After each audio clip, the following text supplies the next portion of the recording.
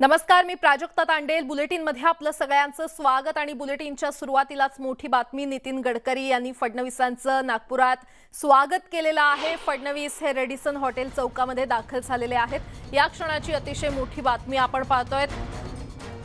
केंद्रीय मंत्री नितीन गडकरी यांनी फडणवीसांचं नागपुरात स्वागत केलेलं आहे। फडणवीस हे सध्या रेडिसन हॉटेल चौकात दाखल झालेले आहेत। नागपुरात रोड शो सध्या सुरू आहे आणि त्याच पार्श्वभूमीवर देवेंद्र फडणवीस यांचा आज मोठा सत्कार होणार आहे। नितीन गडकरी यांनी फडणवीसांचं नुकतंच स्वागत केलेलं आहे। फडणवीस हे रेडिसन हॉटेल चौकात दाखल झालेत। गोवा विधानसभा निवडणुकीमध्ये भाजपच्या विजयाचे शिल्पकार ठरलेले फडणवीस हे नागपुरात दाखल झाले आणि त्यानंतर त्यांचा रोड शो सुरू झाला आणि ते सध्या रेडिसन हॉटेल चौकामध्ये दाखल झालेले आहेत। त्यांचं तिथे नितीन गडकरी यांनी फडणवीसांचं स्वागत केलेलं आहे। तर आपण पाहतोय रस्त्याच्या दुतर्फा खरं तर कार्यकर्त्यांनी मोठ्या प्रमाणात गर्दी केलेली आहे। गोव्याचे प्रभारी आणि विरोधी पक्षनेते देवेंद्र फडणवीस यांचं नागपुरात कार्यकर्त्यांकडून जंगी स्वागत करण्यात आलं। भव्य दिव्य असा हा रोड शो इथे सुरू आहे आणि सध्या ते रेडिसन हॉटेल चौकामध्ये दाखल झालेले आहेत। तिथे नितीन गडकरी यांनी फडणवीसांचं स्वागत केलंय। त्याचीच ही दृश्य आपण आपल्या टीव्ही स्क्रीनवर पाहतोय। नागपुरात आज त्यांचं शक्ती प्रदर्शन खरं तर मोठ्या प्रमाणात सुरू आहे।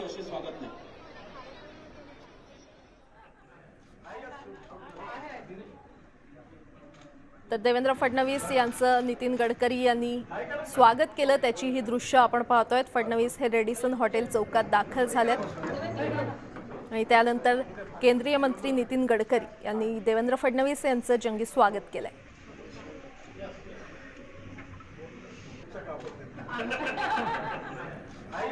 गोव्यातील विजयानंतर गोव्याचे प्रभारी आणि विरोधी पक्षनेते देवेंद्र फडणवीस हे पहिल्यांदाच नागपुरात आले आणि नागपुरात केंद्रीय मंत्री नितीन गडकरी यांनी नुकतंच फडणवीसांचं स्वागत केलेलं आहे। फडणवीस हे रेडिसन हॉटेल चौकात दाखल झालेत। भव्य दिव्य असा रोड शो करून ते सध्या रेडिसन हॉटेल चौकात दाखल झाले। तिथे केंद्रीय मंत्री नितीन गडकरी यांनी फडणवीसांचं स्वागत केलेलं आहे। एकंदरीतच भाजपच्या कार्यकर्त्यांमध्ये उत्साह पाहायला मिळतोय। गोवा विधानसभा निवडणुकीमध्ये भाजपच्या विजयाचे शिल्पकार ठरलेले देवेंद्र फडणवीस, गोव्याचे प्रभारी हे नागपुरात आज पहिल्यांदा आले। निवडणुकीच्या निकालानंतर ते पहिल्यांदा आले। भव्य दिव्य असा रोड शो आज पार पडलाय आणि आता ते रेडिसन हॉटेल चौकामध्ये दाखल झालेले आहेत। तिथे दाखल होताच केंद्रीय मंत्री नितीन गडकरी यांनी फडणवीसांचं जंगी स्वागत केलंय। त्याची ही दृश्य आपण पाहतोय।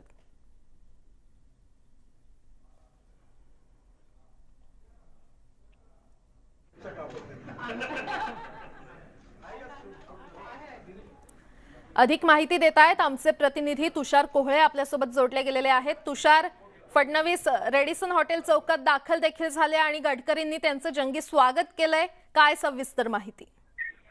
निश्चित अत्यंत महत्त्वाची घटना म्हणावी लागेल। ज्या प्रकारे विमानतळावरून या रॅलीला सुरुवात झाली होती, त्यानंतर मग ही रॅली रेडिसन हॉटेल चौकात पोहोचली। त्यानंतर थेट देवेंद्र फडणवीस हे नितीन गडकरी यांच्या घरी आले। त्यानंतर मग नितीन गडकरी आणि त्यांच्या पत्नी यांनी सहकुटुंब विरोधी पक्षनेते देवेंद्र फडणवीस यांचं औक्षण केलं, त्यांचा सत्कार दिला, शाल शेपट देऊन त्यांचा सत्कार करण्यात आला।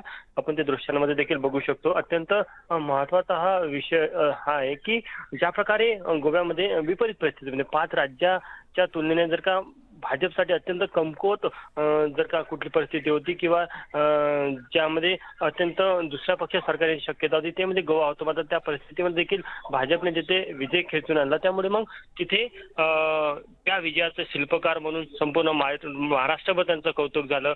मुंबईमध्ये त्यांचा जाहीर सत्कार करण्यात आला आणि आज पहिल्यांदा ते नागपूरला आल्यानंतर मग नागपूरमध्ये देखील त्यांचं भव्य स्वागत करण्यात आलं। त्यानंतर मग स्वतः नितीन गडकरी यांनी देखील त्यांचं कौतुक केलं।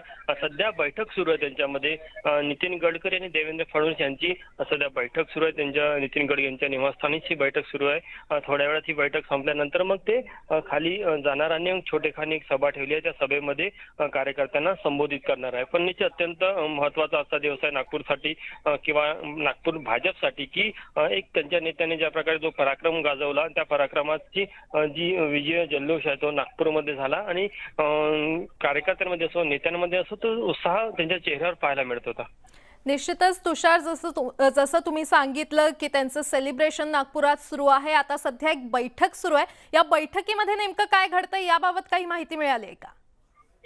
बैठकीमध्ये खूप राजकीय चर्चा होण्याची शक्यता कमी आहे. मात्र केंद्रीय मंत्री नितीन गडकरी यांच्याकडनं निश्चितच देवेंद्र फडणवीस यांचं कौतुक केलं जात आहे. कारण की सर्वांना माहित आहे की 2000 म्हणजे 17 मध्ये जेव्हा निवडणुका झाल्या त्या गोवामध्ये, तेव्हा भाजपला फक्त 13 जागा मिळाल्या. असं असताना देखील तिथे भाजपने इतर आमदारांना फोडून सत्ता मिळवली होती. तेव्हा गोव्याचे जे प्रभारी होते ते नितीन गडकरी होते. आता यावेळेस सत्ता मिळवली. 20 आमदार भाजपचे आहेत, 3 पक्षांचं समर्थन आहे. आता जी सत्ता मिळेल तेव्हा प्रभारी हे देवेंद्र फडणवीस आहेत. जुने ते अनुभव आहे 2017च्या वेळेस नेमकं काय घडलं होतं, कशा प्रकारे इतर लोकांना सोबत घेतलं. कारण की अजूनही मुख्यमंत्री पदाचा तिढा सध्या सुटला असं वाटत नाही. कारण की तिथे विश्वजित राणे असो किंवा मग प्रमोद त्यांचे माजी मुख्यमंत्री आहे ते देखील असो, की दोघेही मुख्यमंत्री पदावर दावा करताय. शेवटी हा निर्णय पक्ष श्रेष्ठीचा असतो की भाजपचं केंद्रीय नेतृत्व काय निर्णय घेतं आणि कोणाच्या गळ्यामध्ये मुख्यमंत्री पदाची माळ पडेल. मात्र त्यामध्ये निश्चितच देवेंद्र फडणवीस यांची भूमिका ही अत्यंत महत्वाची राहणार आहे की ते सध्या कोणाच्या नावाची सूचना किंवा त्यांना समर्थन देतं आणि त्यानुसार मुख्यमंत्री माळ त्यांच्याच गळ्यात पडेल. पण देवेंद्र फडणवीस यांनी आधी सांगितलं की गोव्यामध्ये खांदेपालट होण्याची शक्यता कमी आहे. त्यामुळे जे मुख्यमंत्री असेल त्यांच्याच गळ्यात परत एकदा माळ पडण्याची शक्यता आहे. पण अजून त्यावर निर्णय झालेला नाही. तर त्या संदर्भातही चर्चा सध्या सुरू आहे की आता मुख्यमंत्री, मंत्रीपद ज्या काही गोष्टी आहेत त्यावर सध्या चर्चा सुरू आहे. सोबतच एकंदरीत महाराष्ट्राच्या राजकारणावर देखील सुरू आहे. कारण की आपल्याला माहित आहे की मागच्या 2 महिन्यांपासून भाजप विरुद्ध महाविकास आघाडीचा जो संघर्ष महाराष्ट्रामध्ये पाहायला मिळतं, त्याचं संपूर्ण नेतृत्व हे भाजपच्या वतीने देवेंद्र फडणवीस करतात. त्यामुळे ते रस्त्यावर असो की सभागृहाच्या आतमध्ये असो, दोन्ही ठिकाणचं नेतृत्व हे देवेंद्र फडणवीस करत आहे. त्यामुळे त्यावर देखील चर्चा होत आहे. आणि निश्चितच गोव्याची परिस्थिती आणि महाराष्ट्राची राजकीय परिस्थिती यावर सध्या चर्चा सुरू आहे त्या बैठकीमध्ये, असं आपल्याला कळत आहे. निश्चितच तुषार, या सगळ्यामध्ये तुम्ही जसं म्हटलात की देवेंद्र फडणवीस यांची भूमिका महत्त्वाची असणार आहे. खरं तर पाहायला गेलं देवेंद्र फडणवीसांची आतापर्यंतची जी वाटचाल आपण पाहिली त्यामध्ये त्यांना प्रचंड यश मिळालेलं आहे. त्यामुळे पक्षामध्ये त्यांचं वचक कुठेतरी वाढलंय असं म्हणूया. पण निश्चितच एक गोष्ट आपण बघायला पाहिजे, म्हणजे भाजपचे जे केंद्रीय नेतृत्व आहे त्या केंद्रीय नेतृत्वामध्ये भाजपच्या अत्यंत वरच्या स्तरावर असे मोजकेच नेते की ज्यांना तीन भाषा आहेत. त्यामध्ये एक प्रादेशिक भाषा त्यांची जी कोणती असेल ती तर असेलच, पण इंग्लिश आणि हिंदी या दोन्ही भाषा येणारे जे मोजके नेते त्यामध्ये देवेंद्र फडणवीस आहे. त्यामुळे जिथे जिथे इंग्लिशची गरज पडते आणि त्यासाठी भाजपला जेव्हा तिथे आपलं नेतृत्व पाठवण्याची वेळ येते तेव्हा निश्चितच त्याला जे झुकतं माप आहे हे देवेंद्र फडणवीस यांच्याकडे जातं. कारण की गोव्यालाही पाहिलं की गोव्यामध्ये मोठ्या प्रमाणात ख्रिश्चन समाज आहे, ते इंग्लिश बोलतात किंवा कोकणी बोलतात. तर त्यामुळे त्यांना खूप चांगला अनुभव होता. त्यामुळे त्यांची निवड तिथल्यासाठी झाली. उलट आपण जर का बघितलं तर काँग्रेसने पी चिदंबरम यांची निवड केली होती. मात्र पी चिदंबरम यांना नेट मराठीचा अभ्यास नव्हता किंवा माहीत नव्हतं, हिंदी त्यांना नीट बोलता येत नव्हती. त्यामुळे ती जी काँग्रेसची गोची तिथे झाली. तर हे देखील खूप महत्वाचं असतं की एखाद्या नेत्याची निवड करताना त्यांना किती भाषा येतात, ज्या राज्यामध्ये पाठवायचं असतं त्या राज्यातल्या भाषा काय. कारण की दक्षिण भारतामध्ये आता पुढील काळामध्ये भाजपला आपलं शक्ती वाढवायची आहे किंवा तिथलं त्यांचा जो फोकस आहे, त्यामुळे त्या राज्यामध्ये इंग्लिश येणारे नेते विशेष करून भाजपच्या फळीतले, त्यामध्ये देवेंद्र फडणवीस यांचं अत्यंत वरचं स्थान आहे. त्यामुळे निश्चितच पुढील काळामध्ये देवेंद्र फडणवीस यांचं पक्ष आणि पक्षाच्या बाहेर निश्चितच वलय वाढणार आहे. आपण 2 उदाहरण बघू शकतो की बिहारची निवडणूक असेल किंवा ही गोव्याची निवडणूक असेल, त्यांनी ते शिक्कामोर्तब देखील केलं किंवा त्यांनी आपली कर्तृत्व सिद्ध देखील करून दाखवलं की केंद्रीय नेतृत्वाने त्यांच्यावर जी जबाबदारी दिली होती ती त्यांनी योग्य पद्धतीने पार पाडली. आपल्याला पाहायला मिळेल की जेव्हा दक्षिण भारतातल्या काही राज्यांमध्ये महानगरपालिकांच्या निवडणुका होत्या तेव्हा तिथे प्रचारासाठी देवेंद्र फडणवीस यांना पाठवलं होतं. त्याचं प्रमुख कारण तेच होतं की ते चांगल्या प्रकारे इंग्लिश बोलू शकतात, चांगल्या प्रकारे हिंदी बोलू शकतात, चांगल्या प्रकारे मराठी बोलू शकतात. तो देखील एक त्यांचा फायदा आहे. आणि वरून त्यांची कौशल्य गुणवत्ता ही आहे हे सर्वांना माहीत आहे. त्यामुळे निश्चितच पुढील काळामध्ये देवेंद्र फडणवीस हे यांची अत्यंत महत्वाची भूमिका ही राहणार आहे. आणि पक्षामध्ये देखील त्यांची जी ताकद आहे ती हळूहळू वाढताना दिसत आहे. म्हणजे आजही दिल्लीमध्ये अत्यंत वरच्या स्तरावरचे दिल्लीचे भाजपचे नेते आहे. त्यांचं मत देखील देवेंद्र फडणवीसबद्दल अत्यंत चांगलं आहे, कारण की ज्या वेळेस पंतप्रधान नरेंद्र मोदी असेल का गृहमंत्री अमित शहा असेल यांनी निश्चितच देवेंद्र फडणवीस यांच्या कार्याचं कौतुक केलेलं आहे. त्यामुळे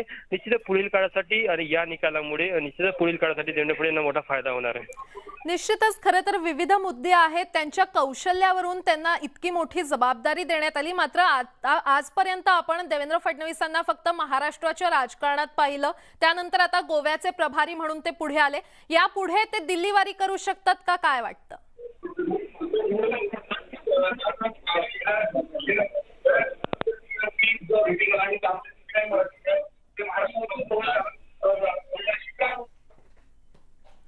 तर काही तांत्रिक अडचणींमुळे आपला तुषार आमचे प्रतिनिधी यांच्याशी संपर्क होऊ शकत नाहीये. मात्र आपण पाहतोय सध्या नितीन गडकरी आणि देवेंद्र फडणवीस तसंच अनेक मान्यवरांची बैठक सुरू आहे. त्यानंतर सभा पार पडणार आहे. गोव्यातील विजयाचे शिल्पकार देवेंद्र फडणवीस, गोव्याचे प्रभारी देवेंद्र फडणवीस हे सध्या नागपुरात आहेत.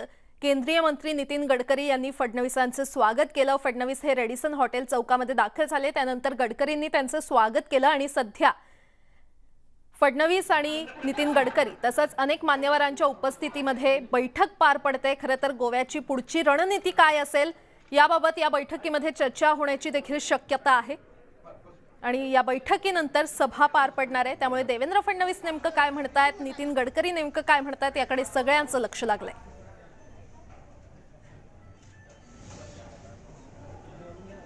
तर आपण पाहतोय देवेंद्र फडणवीसांचं रेडिसन हॉटेल चौकात दाखल होताच औक्षण करण्यात आलं. त्यानंतर नितीन गडकरी यांनी फडणवीसांचं स्वागत केलं. नागपुरात आज भव्य दिव्य शक्ती प्रदर्शन करण्यात आलेलं आहे. मोठा रोड शो आज करण्यात आला.